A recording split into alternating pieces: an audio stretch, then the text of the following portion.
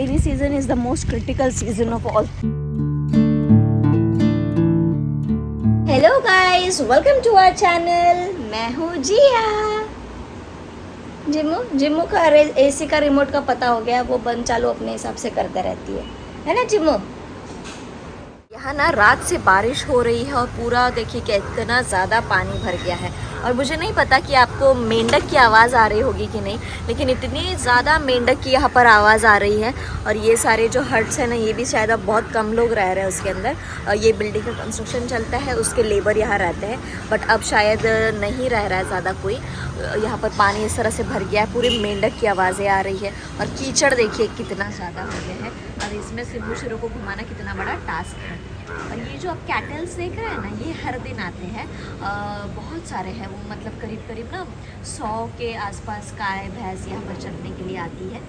तो ये सब यहाँ पे गाँव वाला मौसम है।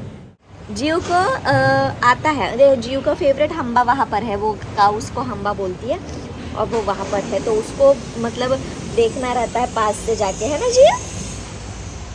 बट अभी कीचड़ में नहीं जा पाएंगे जियो हम। जब अच्छा मौसम रहता है, मतलब धूप रहती है, नॉर्मल रहता है, तो सामने खेतों में वो आते हैं तो हम उसको लेकर जाते हैं वहाँ पर। तो बहुत अच्छा लगता है। जीव को ना एनिमल्स से बहुत ज़्यादा लगाव होने लगा है, मतलब क्योंकि पेट्स हमारे घर में हैं।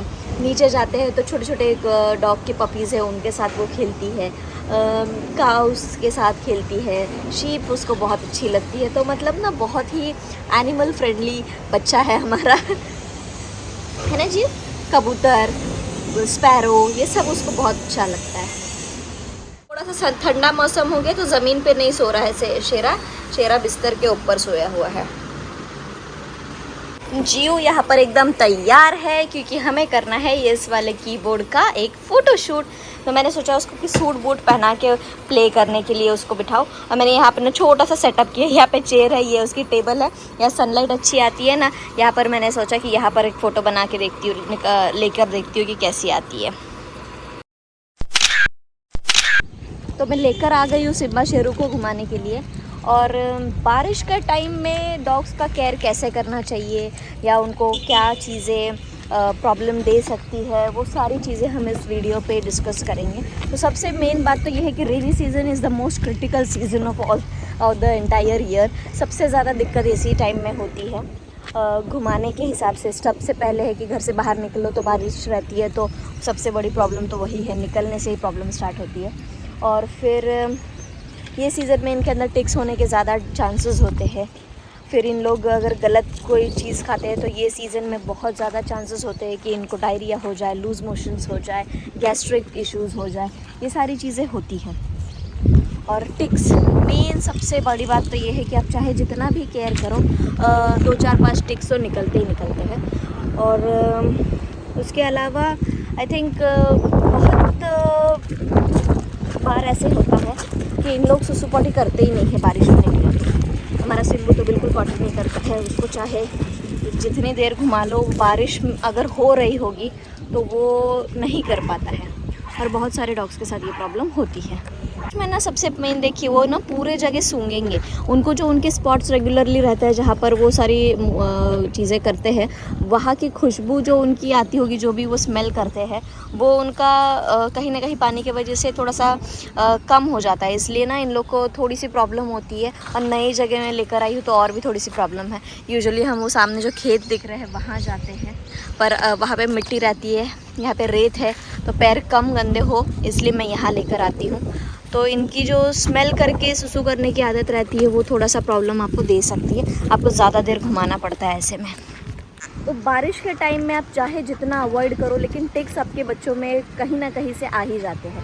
तो मैं यूजुअली क्या करती हूँ इस सीज़न में, नॉर्मली तो मैं कोकोनट ऑयल लगाती ही हूँ, पर रेनी सीज़न जैसे आता है तो स्पेशली मैं इसमें नीम की जो पत्तियाँ रहती है ना, नीम लीव्स आपको कहीं पर भी ईज़िली अवेलेबल हो जाएंगी, उसको मिक्सर से निकाल लीजिए, उसको फाइन पेस्ट कर लीजिए, उसको कोकोनट ऑयल के साथ थोड़ा सा बॉईल कर लीजिए उसको अच्छे से, उसका कि नीम के जो सत्व है वो पूरा सा तेल में उतर जाए। और उसको छान लीजिए, और छानने के बाद वो ऑयल, नीम और कोकोनट का ऑयल, आप इनके बॉडी पर अप्लाई करिए। नीम की स्मेल से, फ्रैग्रेंस से टिक्स थोड़े से मतलब कम चांस होता है कि वो इनको ज़्यादा अमाउंट में हिट करें। So this is a small home remedy that you can do. Besides this, rainy season में सबसे प्रॉब्लमेटिक होता है कि इनके पैर गीले रहते हैं, है ना। बाहर घूम के चले गए, फिर हमने अगर अच्छे से उनको ड्राई नहीं किया तो इनके फुट में, इनके पॉज में ज़्यादा देर गीला रहने की वजह से इन्फेक्शंस हो जाते हैं, बहुत सारे फुट के डिजीज़ हो जाते हैं। तो वो अवॉइड करने के लिए आपको सबसे पहले तो ईजीएस्ट वे है कि आप उनको जैसे ही वो घर जाए सबसे पहले उनको ड्राई कर लीजिए। अच्छे से ड्राई होने के बाद उनको बॉडी को भी अच्छे से वाइप करिए, और पूरे वाइप होने के बाद उनको बेड पे बिठाइए, मतलब बिस्तर या जो भी इनका होगा उस पर। फ्लोर पे वो न सोएंगे अगर, तो ठंडे की वजह से ना कई बार इनको सर्दी खांसी लग जाती है। और सिम्बू को एक बार खांसी हो गई थी, सर्दी हो गई थी, तो इतना ज़्यादा प्रॉब्लम, मतलब हमको जैसे प्रॉब्लम होता है ना उससे कई ज़्यादा प्रॉब्लम इनको होती है। तो इसलिए उनको थोड़ी सी गर्माहट मिलनी चाहिए ऐसे टाइम में, इसलिए आप उनको बेड के ऊपर या चादर जो भी हो ओढ़ के इनको रखना चाहिए, जिससे थोड़ा सा जो गीलापन है, सब वेट है जो भी, वो सूख जाए। जितने वेट रहेंगे ना उतनी ही प्रॉब्लम्स बढ़ती है, उनके बॉडी से स्मेल आने लगती है, फिर गीला है तो धूल मिट्टी चिपकती है, उसकी वजह से बहुत सारी इचिंग उनको हो सकती है, बहुत सारी चीज़ें होती है। सो उनको जितना ड्राई रख सकते हैं उतना ड्राई रखिए बहुत अच्छे से। अब सिम्बू को हमने कभी बचपन में मैंने ड्रायर यूज़ किया था तो वो बहुत डर गया था, तो वो डरता है, इस चक्कर में हमने फिर उसमें ड्रायर यूज़ करना छोड़ दिया। तो फिर उसको ड्रायर की आदत नहीं है, अब वो इतना बड़ा हो गया है कि हम उस पर ड्रायर अब यूज़ कर ही नहीं पाते, वो रुकता ही नहीं है एक जगह में, और उसको बांध के करना और वो सब में फिर हम सोचते हैं कि यार हो गया ठीक है, तो इसलिए हम कपड़े से जितना हो सकता है उतना वाइप करते हैं। पर अगर आपका पपी छोटा है तो पहले से उसको आदत रखिए थोड़ी बहुत कि वो डरे नहीं। बहुत ज़्यादा फ्रीक्वेंटली यूज़ नहीं करना है आपको, क्योंकि उसकी वजह से भी, हीट की वजह से भी हार्म हो सकती है स्किन में। लेकिन ऐसे इमरजेंसीज़ के लिए, रेनी सीज़न के लिए उसको आदत होनी चाहिए, उस हिसाब से थोड़ा बहुत आप उसको पता करवा दीजिए कि ड्रायर से उसको हार्म नहीं होगा बल्कि उसको अच्छा होगा उसके लिए। कि मैं क्यों चिढ़ती हूँ, ये मेरे हाथ से छूट गया था और बेल्ट को देखिए कैसा हो गया है, इसकी हालत इतनी ख़राब हो गई है, पूरी मिट्टी से आ गया है। और उसके पैर देखिए, इधर आ सिम्बा, पैर रुक सिम्बू, उसके पैर देखिए, मिट्टी दिख रही है आपको। अब ये सारी मिट्टी निकलने में या तो धुलना पड़ेगा इसको, या तो फिर आधे घंटे तक इनको वाइप करते बैठो, तब जाके ये मिट्टी निकलती है, क्योंकि उनके नेल्स के अंदर वो चली जाती है। कमेंट्स में किसी ने ये भी पूछा है कि अगर डॉग को इचिंग हो रही होगी तो क्या करना है। तो इचिंग के बहुत सारे रीज़न्स हैं, वो क्यों इच हो रहा है उसको वो रूल आउट करना बहुत ज़रूरी है। कभी स्किन इन्फेक्शंस होते हैं, कभी कोई ना कोई एलर्जी होती है, तो वो एग्जैक्टली क्या है वो आप आपके वेट से एक बार कंसल्ट करिए, क्योंकि बिना देखे बिना बताए, मतलब without seeing the dog we can not decide कि वो क्यों कर रहा है। सिम्बा को इचिंग होती थी क्योंकि उसको डैंड्रफ होता था, तो उसको कुछ तो हुआ था उसके बॉडी में ना, वैसा वाइट कलर का पाउडरिश फॉर्म का, जैसे डैंड्रफ होता है ना वैसे उसके होता था। तो हमने एक इंजेक्शन दिलाई थी, उसका नाम मैं डॉक्टर से पूछूंगी, अभी मुझे याद नहीं है। तो वो इंजेक्शन से उसका स्किन बहुत अच्छी हो गई है, और वो बहुत एक्सपेंसिव था, कोई इम्पोर्टेड इंजेक्शन थी, अब नाम मुझे नहीं पता है उसका, मैं अगर आपको चाहिए होगा तो मैं पूछ के आपको बताऊंगी। But before taking any medication I think you must consult your weight. Rainy season में यूजुअली मैं बाहर ही इनके पैर साफ़ कर देती हूँ, लेकिन मुझे वीडियो बनाना था और बाहर बच्चे थे, इसीलिए मैं इनको अंदर लेकर आई हूँ। तो ये देखिए इनके पैर में इतनी ज़्यादा मिट्टी लगी है, अब इसको निकालने में ना टाइम लगता है। कुछ लोग हैं जो रेन के बूट्स यूज़ करते हैं, रेन कोट्स यूज़ करते हैं, ये सब कुछ अवेलेबल होता है, पर आपके ऊपर है कि आपको वो सब में इन्वेस्ट करना है कि नहीं करना है, क्योंकि वो कभी पहनते हैं कभी नहीं पहनते हैं। इनके पैर साफ हो गए हैं और ये पानी पीने के लिए यहाँ पे रखा है, लेकिन जियो बीच बीच में आती है तो वो डर के मारे ना यहाँ वहाँ भागते फिरते हैं। और शेम्बू तो देखो कितना ज़्यादा थक गया है ना चिम्बू?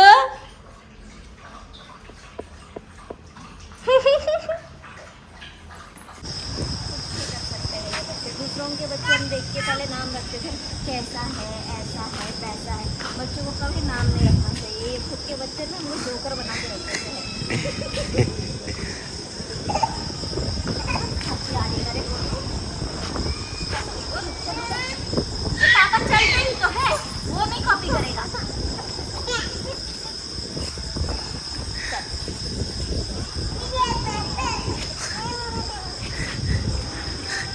जिओ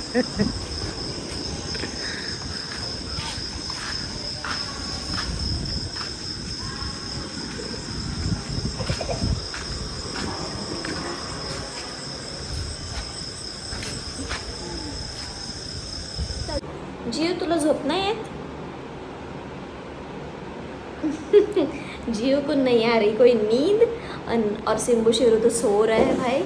अब इसको किसी तरह से तो जियो को सुलाना पड़ेगा। जियो के पापा सो गए, जियो की नानी सो गई, लेकिन जियो को नींद नहीं आ रही है ना जियो?